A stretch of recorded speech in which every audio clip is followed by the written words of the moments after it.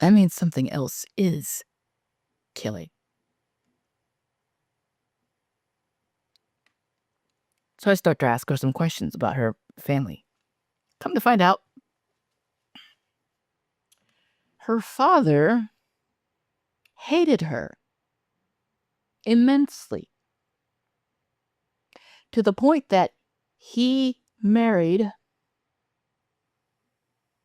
a woman using his first and last name, and then he married the woman's sister using the middle and last name. So he is effectively married to two women.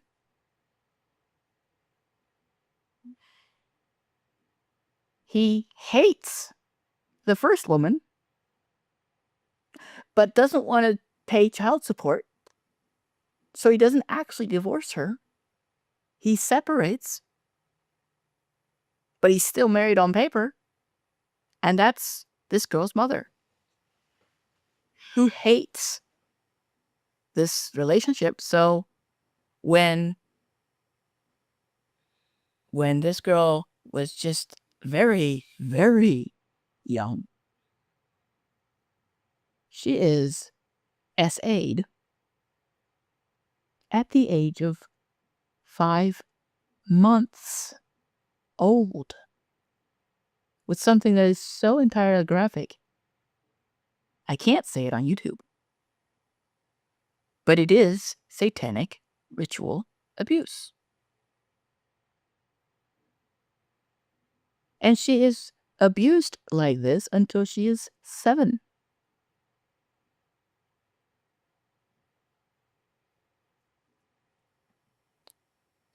And nobody does anything about it.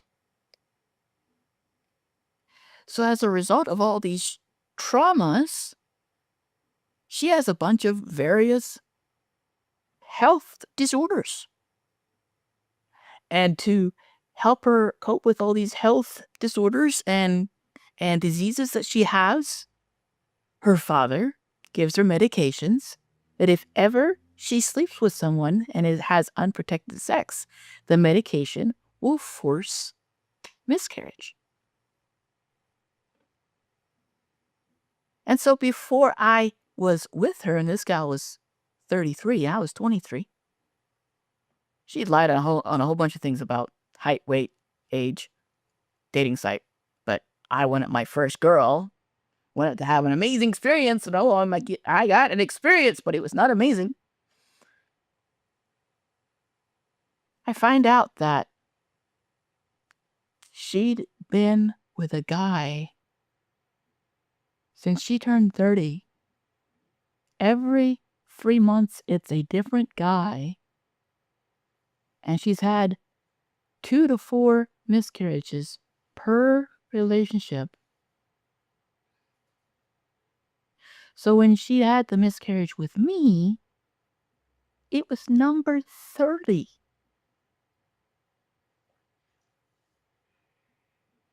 And I know a bit about sex education. I know that all of those miscarriages has to be messing up her womb. In the course of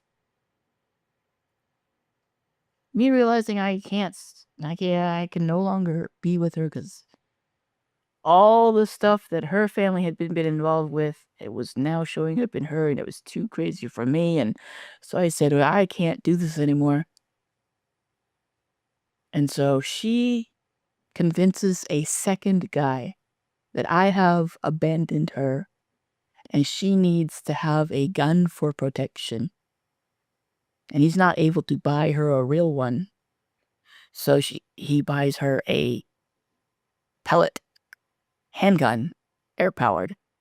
She takes the orange tip off, and now it looks real.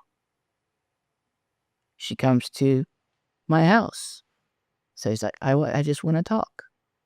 I was like, we can talk. You're just not coming in the house. And she, being larger than me, pushes her way into the house where my youngest sister is making chocolate chip cookies. And she pulls this gun out, points it at my sister, Says, I'm going to kill you. Then I'm going to kill your brother. Then I'm going to kill myself for the pain and misery that he's put me through. And I yell at my sister, get out of the house.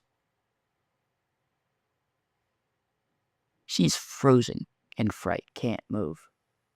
And I said, F word, get the bleep out of the house. She's gone. Gets on her four-wheeler, out the lane. She connects with the guy who is now her husband. Tells him, somebody holding my brother hostage. He calls 911.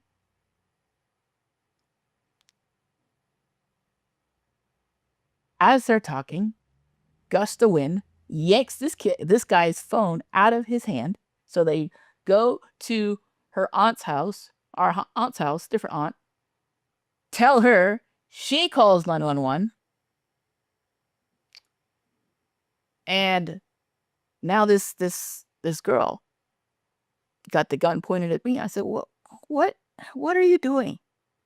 Now, she didn't know that in between high school to the time I met her, I'd been trained in unarmed self-defense. So I knew how to disarm a person. No matter what size they are, I know how to disarm them. And I'm running on adrenaline at this point, big time adrenaline. So I knew I could disarm her. And she said, I'm just so sick and tired of you not answering me, not talking to me. We need to work this out. We're Christians. We need to work this out. I said, I am probably not a Christian for how I've treated you and how you've treated me.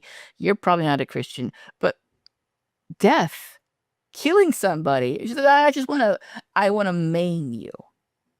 I want you to live with this for the rest of your life. I was like, okay.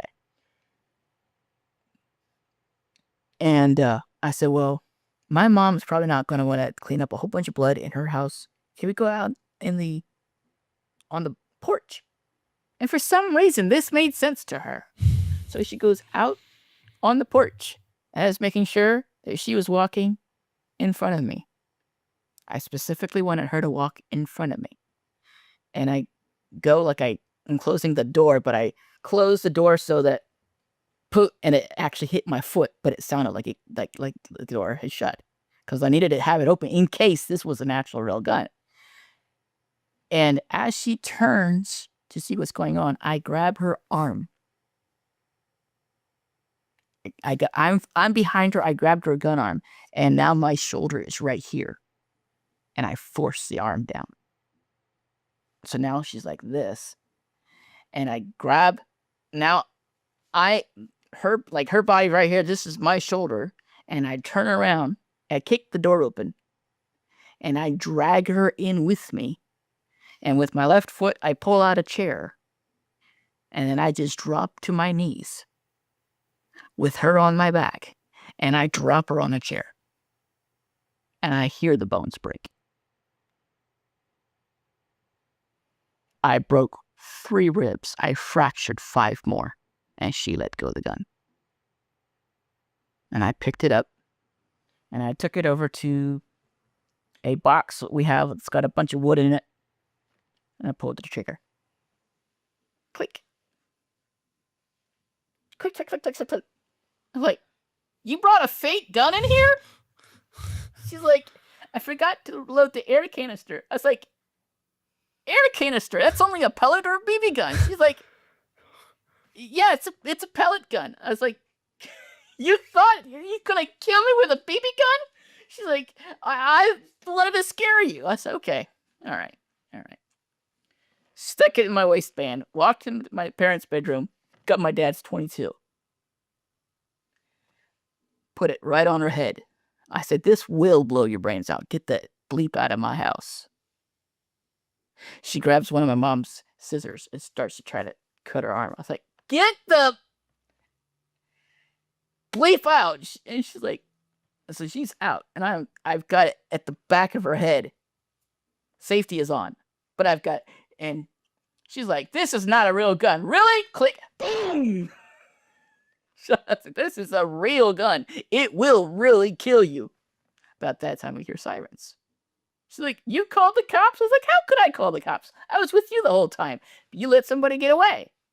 And she's like, trying to get her. And then we see the first pair of cops come.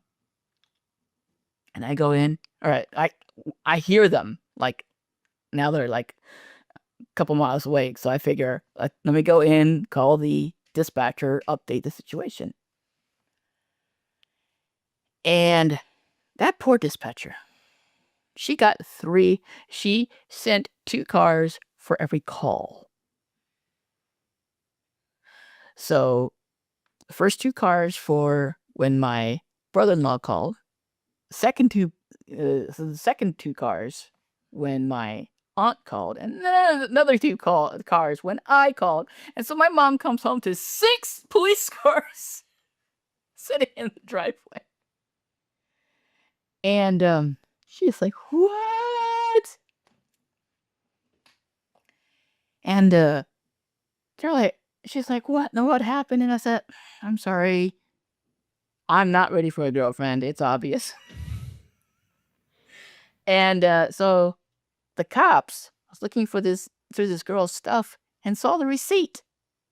She's like, they're like, you want to press charges? I was like, no. They're like, fine, we'll press charges for you. This is intent right here. The receipt, and she's here 2 hours later. That's intent. That's enough. So she got tried in front of a psychiatric hospital and was discovered not competent to be charged. So she's released. There's a restraining order, of course. And about 5 days later, phone rings. Hello? It's her. I said, girl, you got a restraining order. She's like, oh, I called you because I want you to talk to somebody.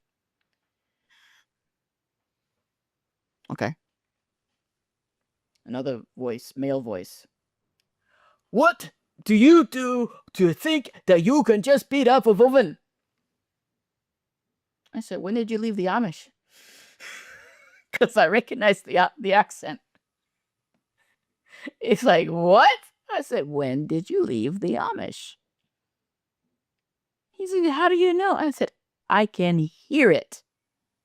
He said, yeah, but you can't speak it. And so I flipped. Yeah, I can. It's like, what? That's it. And so I switched back to English.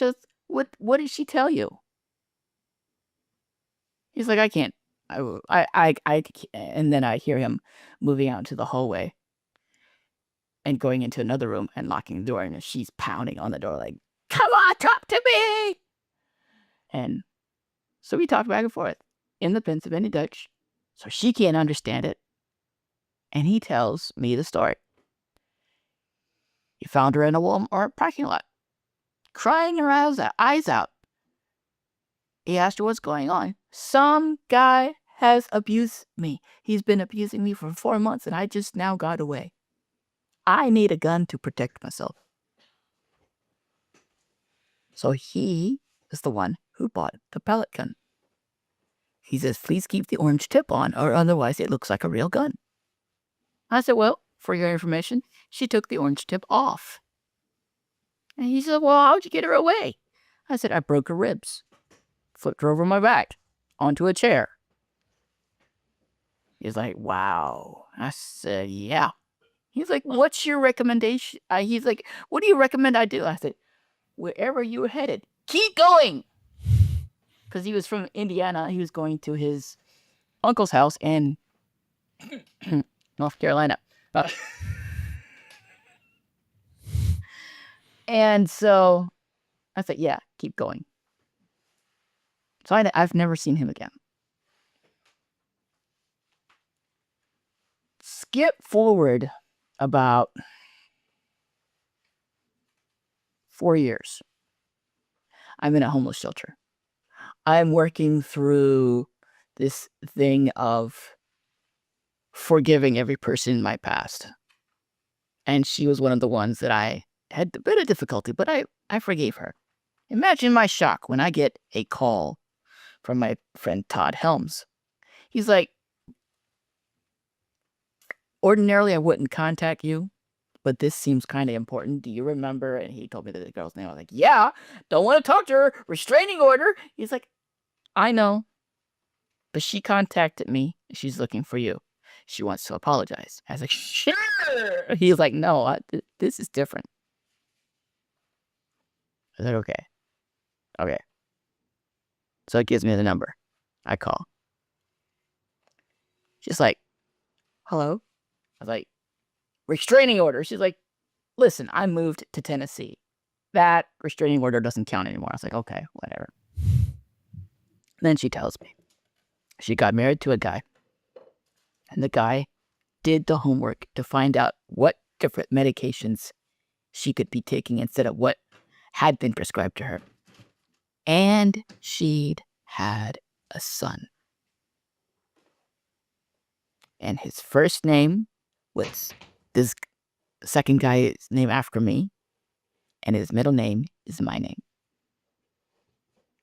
She's like, I named my son after the ones who helped set me free from a nightmare of a family. I was like, whoa, that's a whole new level. And she says, and I forgive you. I said, I didn't think I did anything wrong to you. She's like, let me count the things. And then she counted, and it was the things I did to her I had forgotten. But yeah, there's a fair number of things. I said, I forgive you too. And that was when I realized, okay, there is a way to live where the way of forgiveness wins. At the time, I was like 27 years old. Yeah. Age of 28, my parents find me in Cleveland, is where this place was. They take me back home. And for about 3 years, the abuse is he's punching me, he's kicking me, he's backhanding me. Whenever I do something that doesn't make sense to him, it breaks my brain. I have to take therapy to relearn how to think, how to do everything. But the therapist told me a thing that completely reset everything. She says, whoever screams in a conversation is the one who loses. I was like, whoa. I was like, I got a lot of learning to do. And I'm thinking, this level of learning has hit its peak. No, God was just getting started. Age of 34, almost 17 years to the day that I've had my heaven experience. I have another one. But this one, completely different. And it has set a course for where the entire world is going. And it's proof. There's a bunch of people all doing this. But I was one of the very first ones that God called out of America. Because at the age of 17, I was working for a guy that I hated. Absolutely hated. And God won't let me tell this thing of what led up. He just wants you to tell this. But I was working for this guy, and no.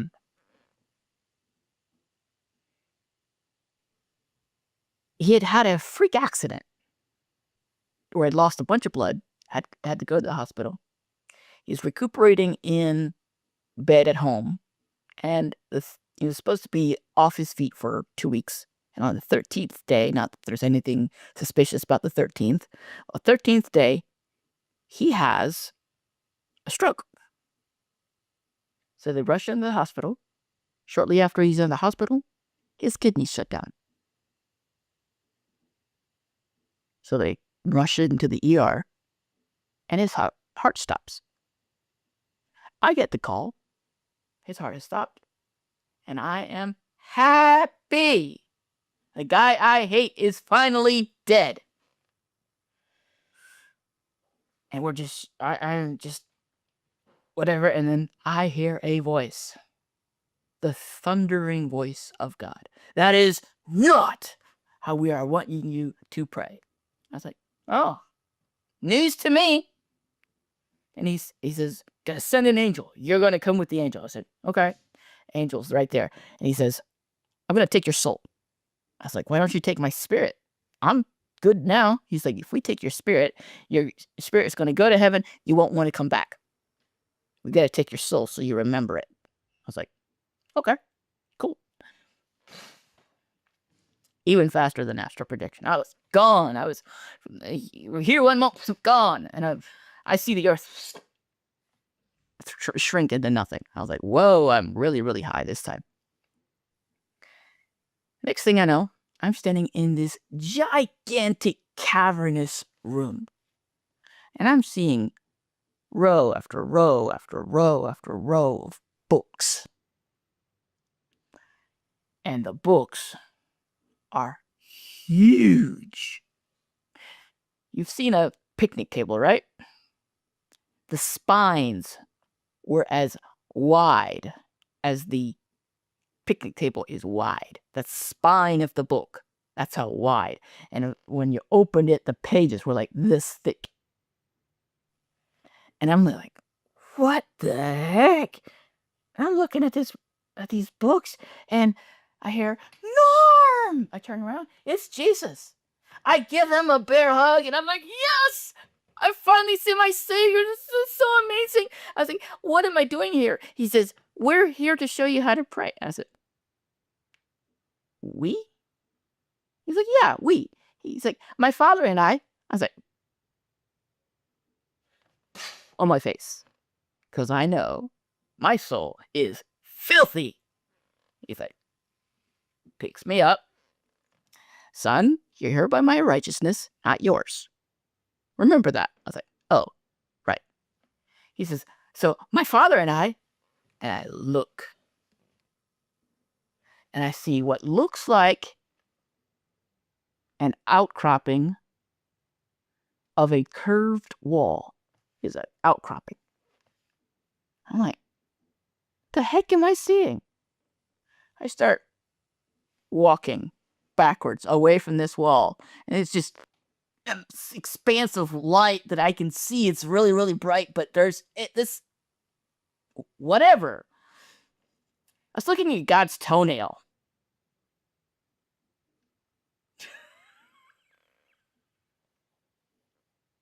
I go back till I finally see him sitting there. He's literally like, hey. I was like, what is this room? And Jesus is like, oh, the best part. So, a little bit of bad news here for Earth. Every thought, every thought that you have, a premeditated thought, every word, every action, every place you remember a person in a way that we don't, every influence, they are all records. I said, is this the record room? He's like, yes, this is the record room. Every day is a book. Wait a minute. Wait. You're kidding me, right? He's like, no. Every day is a book.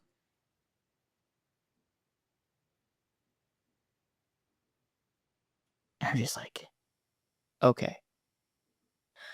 What are these books again? He said, these are all the things that this boss you're working for has either thought about, has acted on, has spoken,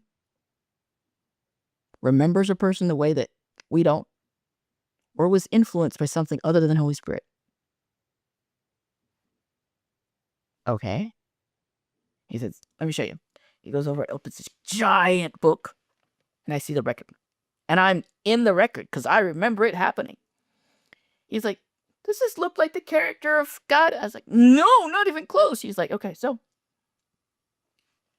He's like, Norm, I'm going to give you a prayer.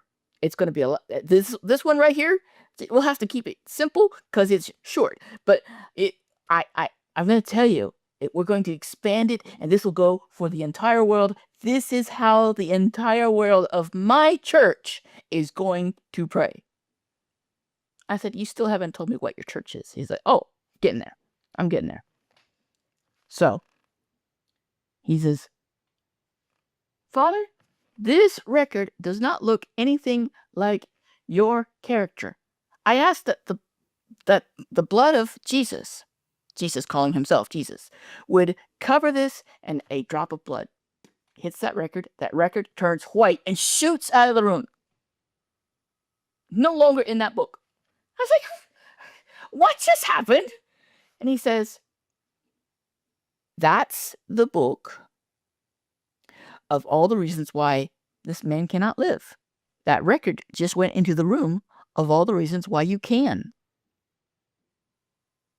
I was like, wow. He said, your turn. I was like, well, what? One problem. I don't have your blood. How's your blood gonna? He's like, just try it. I was like, okay. So I said, okay, this record doesn't look anything like your character. And I asked for the blood of Jesus, and a drop of blood came out of the air. Hit the record. Record turned white. Gone. And I'm like, whoa, this is amazing. I'm going to do that. So I continued to do this for all of the books, and it took me about 15 minutes. Physical Earth time, 15 minutes.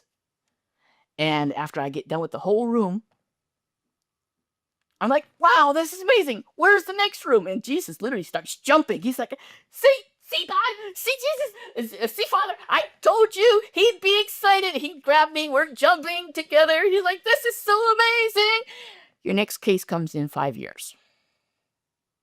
I was like, what? He's like, your next room, 5 years from now. I was like, come on. He's like, you need 5 years of teaching. We need to teach you for 5 years. This is so big. It's going to take you 5 years to learn. And then you're going to be able to teach it in about a day. Everywhere you go, it's going to take you about a day to teach it. I was like, okay. And he says, and go. I was back. Like, all right, that's wild. So I'm waiting for me to talk with the employer. Except he's in a medical coma. That was August. He didn't wake up until January the following year. And I was the first person he asked for. Not his wife, not his pastor, not his kids. Me. And so I'm like, why? And then there was a blizzard. And I couldn't get to his house for a while. So it was not until the first week of February I was actually able to get to his house. And I come in, and he's there on his recliner, and I give him a hug, softly. And he's like, I'm so sorry, Norm. I'm so sorry. He starts crying. I'm so sorry. I treated you so terribly. I said, listen, I forgive you. He's like, no. I treated you like mud. I was like, wow. The person apologizing to me, I've never seen him before. And then he begins to tell me, I went to heaven. I was like, whoa, that's amazing. What happened? And he told me he'd seen his sister who has died before him, and she told him that she's no longer in pain. And then he sees Jesus, and he gives him a hug, and then puts him in a wrestler's headlock. I was like, what? He's like, yeah, you remember I told you I wrestled in high school? I was like, yeah. He's like, he put me in a wrestler's headlock. I was like, okay. He says, Jesus told me, you're treating my people like mud. You're treating them worse than slaves. You're treating them like the mud that made the bricks for Egypt. And the way that you're treating my people is so bad. You're only in heaven because people prayed you in. But if you die again and you don't look like me, we ain't going to let you in. No matter the fact that you gave your heart to Christ, when you treat people like mud and you justify it saying you're some preacher guy or some evangelist guy, you can treat them like mud. If you don't look like us, we're not letting you in. And I'm thinking, that kind of counters what I heard at 17. And I said, you're not the only person that had a heaven experience. I had a heaven experience. And so I tell him about me praying over his records, over his books. He's like, Norm, he didn't have to do that for me. Boss, I didn't do it for you. I did it for Jesus. He says, but it's my records. You prayed over them. And I was like, yeah. And he's like, surely you did it for me. I was like, no, I can't stand you. Why would I do it for somebody I can't stand? He's like, well,